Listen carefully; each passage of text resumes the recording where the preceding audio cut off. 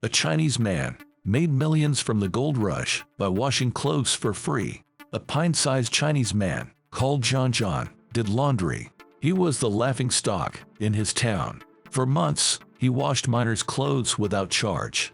The miners thought him foolish and used him. 1 year later, a well-dressed John was spotted in Sacramento. He had gathered gold dust from the washings. Bit by bit, from cuffs to tails, it added up. The saved dust set John up for life. The gold rush made many wealthy. James W. Marshall was the first to find gold at Coloma. He didn't know this would transform California forever. January 24, 1848, marked the gold rush's start.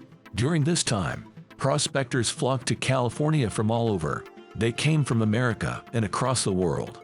Rumors spread of plentiful gold if you searched hard enough. This drew at least 300,000 people to the region. But prospectors weren't the only ones involved. Storekeepers, hotel owners, and bartenders came too. They aimed to profit from serving the gold seekers. Trading goods or providing services was another lucrative path. For a fee, you could get a bed and a meal, or someone would wash your clothes.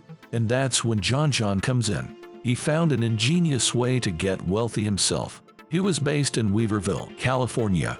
John wasn't his real Chinese name. It was a common nickname for Chinese immigrants.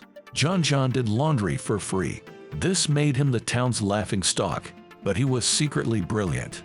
Gold mining was back-breaking, filthy work. John knew how dirty the miners got. He had a unique idea that others missed. He checked the worn clothing for gold specks. He meticulously collected the dust and crumbs. Even small nuggets lurked in trouser folds. A prospector named John Hoffman documented John's tale. He wrote that John had amassed a decent fortune. Like many, Hoffman chased the gold path. He eventually departed Weaverville. A year passed, and Hoffman saw John again. The laundryman wore fine clothes, living lavishly in Sacramento. But John had fooled others before. He probably pulled off another scheme. At the time, whites disrespected the Chinese. John got a building job in Coulterville. He said he hired 18 Chinese workers and collected pay for 18, but he really only had 10 workers. John kept his workers very busy. White supervisors missed the worker shortage. After all, they thought all Chinese look alike. Work moved fast. John tricked the whites. He also duped his own laborers. John took the extra pay for himself.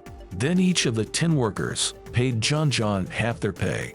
They paid just to work under his shady deal. Perhaps it's just a tale from the gold rush days. The real facts are gone, but one thing is clear. The gold rush shook up sleepy California. San Francisco exploded from 1,000 to 25,000 people in 2 years. The number of Chinese in California surged in the mid-1850s. 25,000 Chinese came on the long sea voyage to strike it rich. Yet they couldn't own land or become citizens. So they had to get creative in the land of opportunity.